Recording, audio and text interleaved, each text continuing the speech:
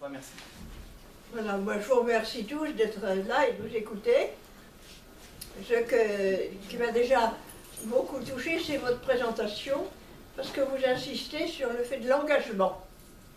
Et si je viens vous discuter avec vous, c'est pas pour pleurer sur un passé atroce, mais vous sollicitez à des engagements aujourd'hui, parce que les choses peuvent se reproduire. L'engagement, ça résonne là? Non, c'est bien. L'engagement, je le sollicite pour vous comme on l'a senti. Alors je vais faire un grand bond en arrière. Effectivement, quand ça s'est passé, j'avais votre âge. Alors je suis d'abord la première partie de route de guerre en 1939. Je suis en classe de première, une petite ville de Côte d'Armor qui s'appelle Tréguier. Et à ce moment-là, j'avais 16 ans. Oui. Et puis au printemps, les troupes nazies déferlent sur la France. Et à l'époque, on devait passer un examen pour aller en terminale. Et c'était au mois de juin, mais à ce moment-là, les troupes nazies déferlent. Et la responsable de l'établissement nous fait entendre le message de Pétain. Ça, c'est le choc et la honte. On pleurait, on ne pouvait pas entendre la voix de ce vieillard qui capitulait. Ça a commencé comme ça, capituler, ça, on n'accepte pas. D'ailleurs, vous parliez des valeurs fondamentales de la République, liberté, égalité, fraternité, on le voyait plus sur nos mairies. Travail, famille, patrie, qui sont des fonctions et qui n'ont plus pas des grands principes. Voilà. Alors bon, nous sommes le 17 juin, 16-17 juin 40. Et par question d'aller passer notre examen, on nous renvoie dans nos familles. Et puis les troupes nazies déferlent partout, sur toutes les côtes d'Armor, le long de la côte. Parce que les nazis disaient peut-être aussi, il y aura un débarquement par là, enfin, je rentre chez mes parents qui sont sur l'île de Bréa, et on attend la suite. Mais alors on a monté une radio clandestine, parce qu'elle a peur qu'elle soit prise, il y avait des rondes et tout ça, et on commence à écouter la radio. Alors on n'a pas tout de suite entendu ce qui s'est passé le 18 juin. Mais vous avez entendu parler de certaines îles, l'île de Saint en Bretagne. Les premiers Bretons qui ont entendu l'appel de Gaulle, on l'ignorait ce général. Je dis, il y a quelque chose, il y a quelqu'un qui nous a dit on peut reprendre le combat, on n'est pas écrasé les filles. Et on commençait les actions suite à cet appel. Alors les jeunes de l'île de Saint embarquent. À Paimpol, il y avait un groupe d'élèves qui se préparaient à la marine d'Argent. Tout d'un coup, ils cherchent le petit bateau pendant la nuit et embarquent. Puis c'est devenu de plus en plus difficile parce que la côte s'est fortifiée, il y avait des projecteurs. Et avec mes parents et un groupe d'amis, nous avons commencé à organiser, ça ne s'appelle pas encore un réseau, mais les départs par les 800 luttes clandestines, etc. Et aux hommes qui partaient, on leur donnait un message, envoyez-nous quelqu'un qu'on puisse organiser pour lutter efficacement. Et pendant de ces 800 lunes, arrive venant d'Angleterre, de Portsmouth, un agent de Londres, qui nous dit voilà, vous allez vous dédoubler, vous allez continuer les évasions sur la côte, et puis nous avons besoin de renseignements, et à Rennes va s'installer un réseau franco-anglais, Georges France 31. Alors entre-temps, moi j'ai passé mon baccalauréat terminal, et me voilà étudiante à Rennes, liée à l'intelligence service Georges France 31. Et c'est comme ça que ça commence, le rôle de la fille qui a maintenant 18 ans, vous voyez, qui va pouvoir circuler. Et je vous montrerai, j'ai les documents, j'obtiens un OSVES, un laissez-passer. Parce que zone est Rennes est une zone occupée, mais toute la côte est zone interdite. On ne peut pas y circuler. Sauf quand mes parents y étaient domiciliés. Et j'obtiens donc un OSVES pour me permettre d'être sur la côte et circuler. Vous voyez. Alors ça, je vous le montrer, je l'ai là, je laisse encore, vous voyez. Donc je vais sur la côte et ma mère et d'autres camarades regroupent les renseignements sur les fortifications qui se mettent en place, les mouvements de troupes, que je ramène à Rennes, c'est responsable de ce réseau. Et nous nous réunissons, Café de l'Europe, Café de la Paix, etc. Il y a un radio, j'apporte des documents qui doivent être transmis vers l'Angleterre, et le principal responsable est ingénieur à la gare, je suis le transport de troupes, la résistance s'organise. Mais vous le disiez, alors le contre-espionnage allemand est en recherche. Première vague d'arrestation, le groupe Évasion de la côte arrêté en novembre 1941. Vous voyez, on n'est pas récent de la dernière heure. Et bon, on continue à travailler. Et le groupe de Rennes s'est arrêté petit à petit. Et on nous envoie un nouvel agent de liaison qui s'appelle Roger Martin, c'est pas son vrai nom. Et alors il me dit, je reprends la suite. Bon, il vient chez moi, il y a une histoire d'armes au jardin public. En fait, cet homme n'est pas très sûr. Bon, le radio, un jour, me dit, il y a quelque chose là, ça va pas très bien. Effectivement, quelques jours après, il est arrêté. Et de sorte que le 22 mai 42, on sonne à ma porte. Mademoiselle, vous êtes arrêtée. Je loge dans une chambre étudiante. Et ce jour-là, mes logements ne sont pas là. Je suis dans une impasse. Je suis seule dans ma maison et je vois l'attraction noire. Vous êtes arrêtée? Alors je demande, mais pourquoi je fais rien? Vous savez très bien, je dis plus rien. Alors je fais un grand bond, la suite, bon, et prison. Ensuite, on va à la prison d'Angers, où on va rester 2 mois et demi. Et dans le transfert de tout notre groupe, j'ai vu, il y avait 13 autres membres, dont mes parents, qui sont arrêtés. Les jeunes filles de Tréguier, etc. Et on va rester rangés 2 mois et demi, chacun isolé. Je suis restée 9 mois toute seule. Hein. Et puis, premier interrogatoire sur la table, plan des défenses côtières, etc., que j'avais remis avec le nouvel agent de liaison, en fait, qui s'est avéré un agent double. Il avait une main avec lequel il travaillait avec le contre-espionnage allemand, ce qui s'appelle l'Abwehr, lié à l'armée allemande. Et les plans sont sur la table. Je suis assise derrière cette table, devant les plans. Mademoiselle, nous avons la preuve, on vous fait vous voir pour discuter, mais enfin, tout ça, ça vaut la mort. Voilà. Alors je suis un peu plus vieille que vous, j'ai 18 ans à ce moment-là. La mort, bah, on l'a prévu, hein. C'est un peu tôt. Bon. Alors 2 mois et demi à Angers, période dure, et puis après, ils ont plus ou moins grossi l'affaire, et ils nous emmènent à Paris. Et à Paris, je vais me trouver à la prison de la Santé. Et j'ai rencontré à la prison de la Santé des résistants formidables. Alors, à la Santé, des résistants formidables, dont une femme, France Bloch, Serrazin, etc. Vous pourrez me poser des questions si vous voulez, bon. Et puis je vais rue des Chaussées. Rue des Chaussées, c'est la Gestapo de Paris. Nouvel interrogatoire. Et là, il y a une petite anecdote que je vous raconte, j'ai laissé une trace. Vous connaissez l'histoire?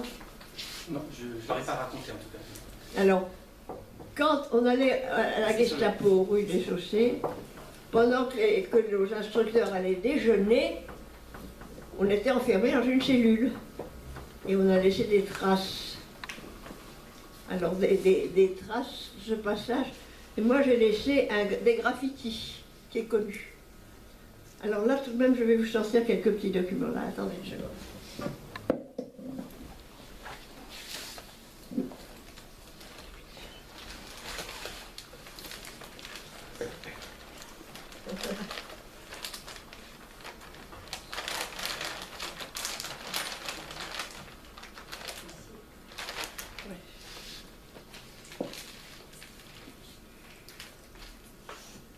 D'abord, tout ce que je vous raconte, j'ai les preuves.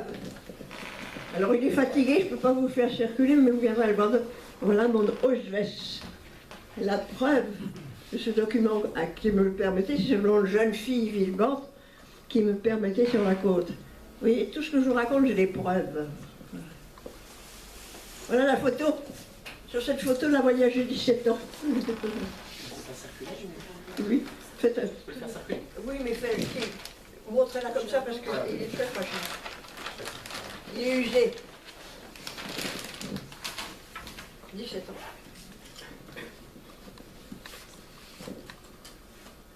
Et alors, quand je vais rue des Chaussées, à l'interrogatoire, je laissais un message. Et actuellement, il y a un chercheur qui a relevé tous les graffitis sur les murs des résistants, et ils ont trouvé un graffiti très curieux. Et c'était les 4 derniers vers d'un poème que j'avais appris en classe, en classe de première. Je ne sais pas si vous l'étudiez actuellement, Alfred de Vigny, un des romantiques, et qui avait écrit un poème, La mort du loup. Et voilà, c'est une chose connue, ça peut se visiter. Tenez, voilà la photo.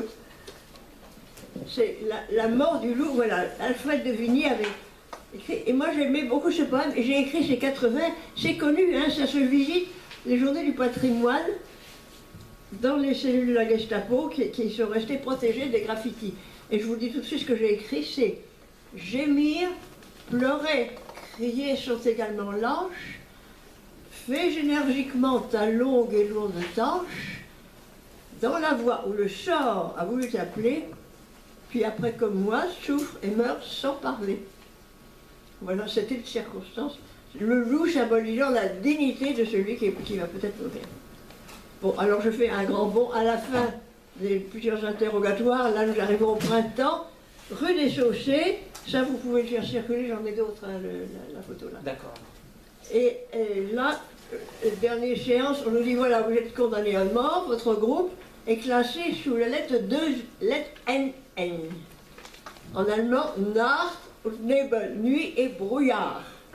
Et nous allons être déportés sous cette rubrique nuit et brouillard. Nous sommes des gens qui devront disparaître sans laisser de traces.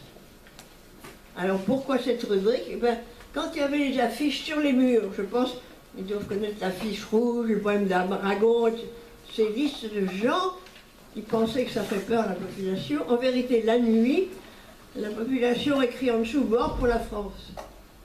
Alors ça ne leur plaît pas trop. Et ils vont faire disparaître les gens pour créer l'angoisse dans la population. Et nous partons pour Ravensbrück. Voilà, alors on va, je vous donne tous les préalables là. Ravensbrück, on voyage pendant plusieurs jours, 58 femmes nuit brouillard, et on arrive un soir, fin juillet, début d'août 43, un lieu inconnu. On va le long d'un lac, le lac de Fürstenberg, qui s'appelle Ravensbrück. Premier choc, on attend le soir avant de passer à la route, et on voit les femmes qui rentrent, et là, choc. Où sommes-nous? On voit des femmes avec le visage creux, souvent les cheveux rasés. On va vite comprendre qu'on va devenir pareil. On rentre dans la douche, et là c'est une période essentielle, la première étape de la déshumanisation.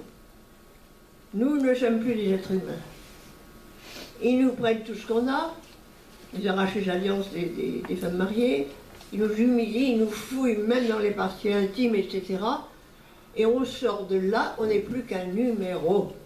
Il faut oublier son nom, son prénom, etc. Et je suis le 21 706.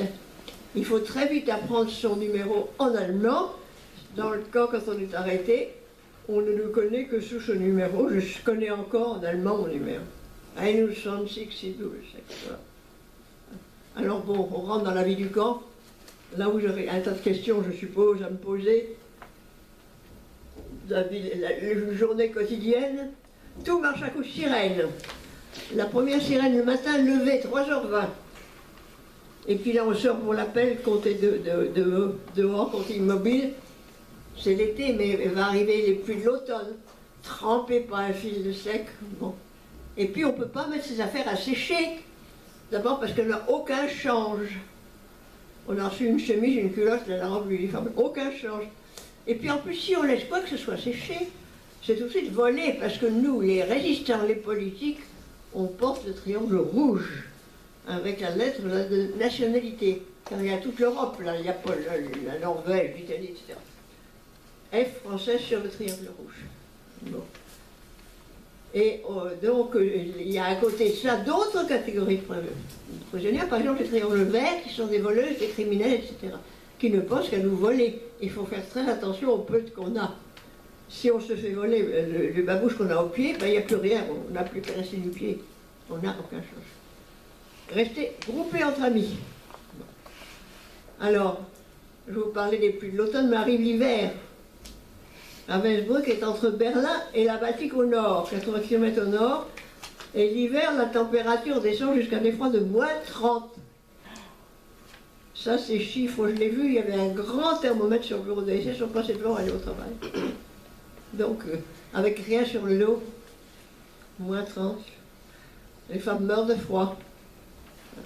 Alors le travail, deuxième coup de sirène, et puis là on va partir travailler 12 heures coupées par une soupe qui est faite avec des queues de chou, de rutabaga, très peu de ressources, et là on découvre la faim. Ce que c'est qu'avoir faim. On devient comme un animal qui guette le bidon de soupe, et c'est la faim. Et puis le soir on rentre se coucher, on a reçu un petit bout de pain, un rondelle de saucisson, on a très vite faim. L'obsession de la faim. Et puis on va se coucher dans un chalet de 3 étages, on est toujours sur 2 par paillasse par étage. Voilà la vie quotidienne. Alors, ça c'est le courant. L'épuisement, j'ai fait des routes, j'ai fait le terrassement, j'ai travaillé en carrière de ça. Bon, différents travaux, puis j'ai été à un moment embauché chez Siemens. Siemens, vous, actuellement, c'est les appareils électroménagers. Vous voyez. Et ils embauchent des femmes dans le camp, parce que moi, comme NN, nous sommes dans une baraque le bloc 32, où je m'ai trouvée avec Marie-Claude Vaillant-Couturier, Germaine Tillon, nous sommes des femmes NN. Interdiction de recevoir des lettres et des colis. Coupé du monde, on est disparu. Donc on ne va pas aller dans des grands commandos extérieurs, mais on reste dans le camp. Et là j'ai été embauchée un temps chez Siemens, parce que les baraques sont dans le camp. Et là chez Siemens, je monte des pièces électriques. Et c'est l'occasion pour moi, nous allons résister dans le camp, quelque chose d'assez extraordinaire. On essayait de se faire des petits cadeaux. Attends. Voilà. Rester des êtres pensants. Comment est-ce qu'on a tenu rester des êtres pensants? Alors, essayer de se grouper, on a monté des chansons. On avait une chorale secrète. On écrit des poèmes. Et puis Germaine Tillon écrit ces petits papiers où on rit de nous-mêmes. Cela sera sorti, ça viendra de faire voir aux enfants. Et moi, par exemple, pour l'anniversaire, je vous montre ça, vous pouvez. Qu'est-ce que c'est un petit mouchoir de rien?